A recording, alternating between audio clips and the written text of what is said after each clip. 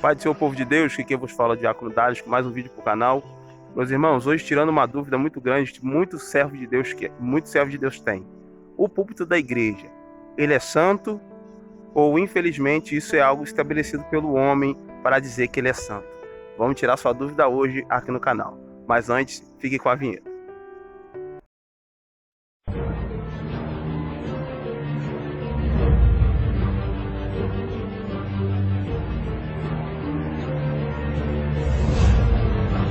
Meus irmãos, essa é a grande dúvida. O púlpito da igreja é santo ou não? Vamos saber algumas coisas aqui. Jesus, quando ele estava no templo, naquela passagem da Bíblia que ele vai visitar o templo, né, de Jerusalém. Quando ele entra no templo, ele vê pessoas vendendo, comprando, dentro da casa de Deus. O que Jesus faz? Ele pega, faz um cordel, como se fosse um chicote, e sai batendo naquelas pessoas ali para tirar elas dali, para dizer o quê? Que a casa de Deus não é casa de venda, nem casa de negócio, mas sim casa de oração. Temos que entender uma coisa. O Antigo Testamento não tem quase nada a ver com o Novo Testamento. Por quê? No Antigo Testamento, os templos eram levantados para sacrifícios a Deus e adoração a Deus. Mas, no Novo Testamento muda.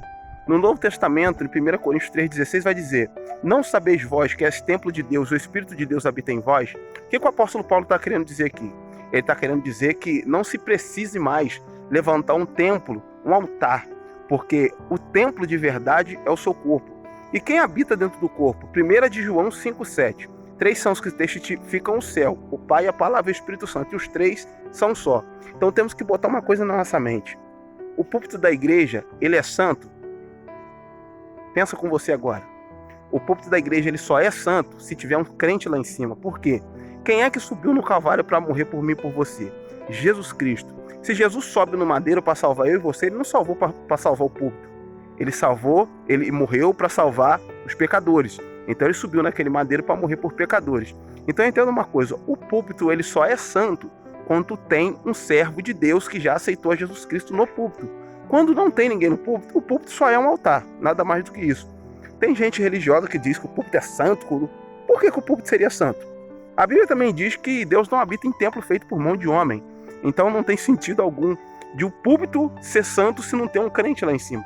Porque santo, segundo o sangue de Jesus que purificou o meu e o seu pecado, foi Jesus Cristo e é o nosso corpo, a minha vida, a sua vida.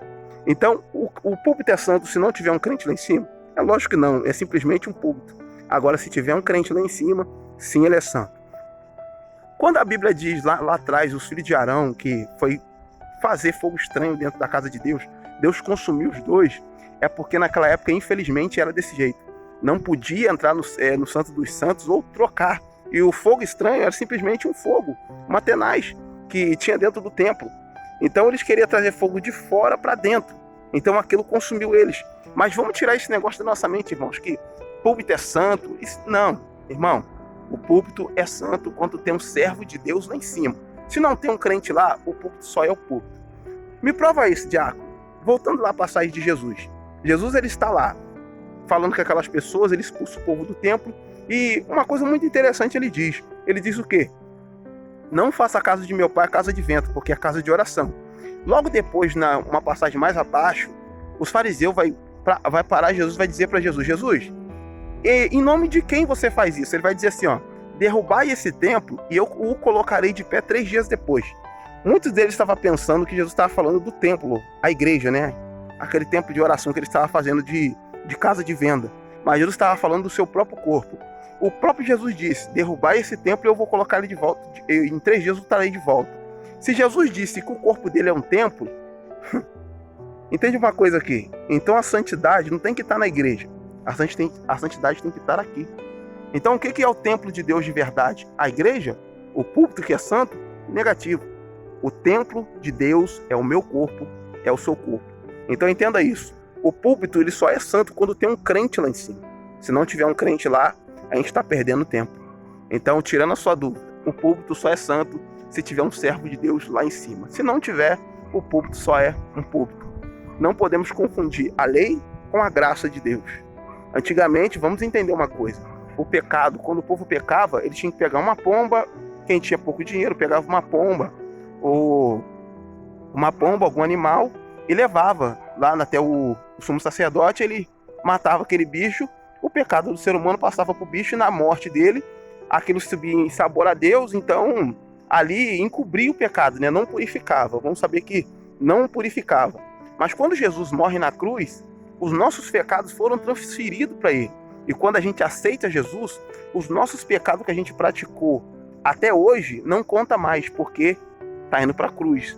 Ou seja, quando uma pessoa que não é evangélica, ela aceita Cristo, o pecado, tudo que ela cometeu, não importa o que ela cometeu na vida dela, não importa o que ela fez. Importa o seguinte, que daquele momento para frente, ela passa a ser uma nova criatura. Então, o púlpito só é santo quando um crente está lá em cima. E lembrando, você que está aí, poxa, eu não estou indo na igreja, eu vou para o inferno. Poxa, eu estou indo na igreja, eu vou para o inferno. Não. Entenda que o templo de Deus é o seu corpo. Entenda que a maior adoração é as suas atitudes a Deus.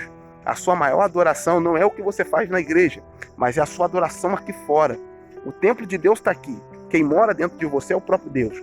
Então entenda isso. O templo de Deus é o seu corpo. E Deus conta com esse templo para a gente fazer a sua grande obra. Botamos algo na nossa mente. Estamos passando por um período muito difícil de coronavírus, um período que muitas pessoas estão com medo, muitos cristãos estão com medo, mas temos que entender uma coisa. Vocês lembram na época do diácono Estevão, o primeiro mártir da Bíblia? O diácono Estevão praticamente estava uma perseguição muito forte depois que Jesus fez de assunto aos céus. Então era praticamente proibido pregar naquela época. Aonde o diácono Estevão parou de pregar? Aonde o diácono Estevão deixou de falar do evangelho?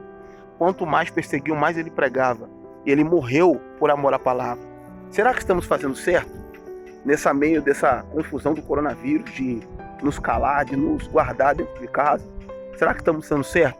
Porque ele preferiu morrer.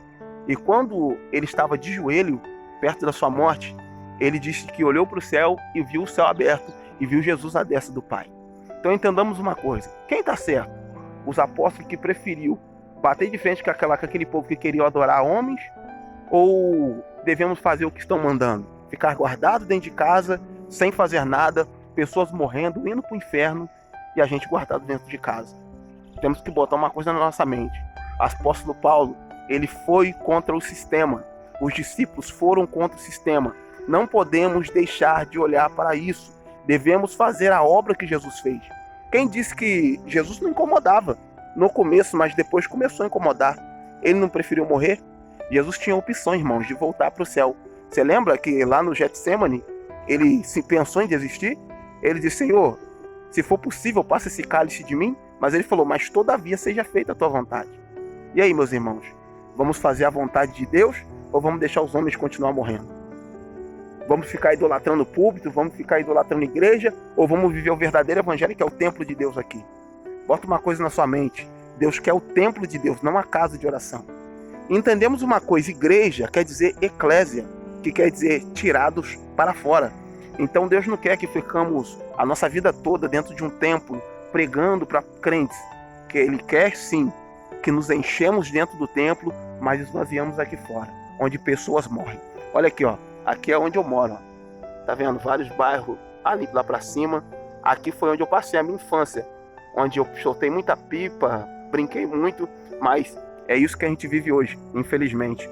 Hoje eu sou um servo de Deus, hoje lavado, remido no sangue do Cordeiro, mas eu fico muito triste com essas coisas que estão acontecendo.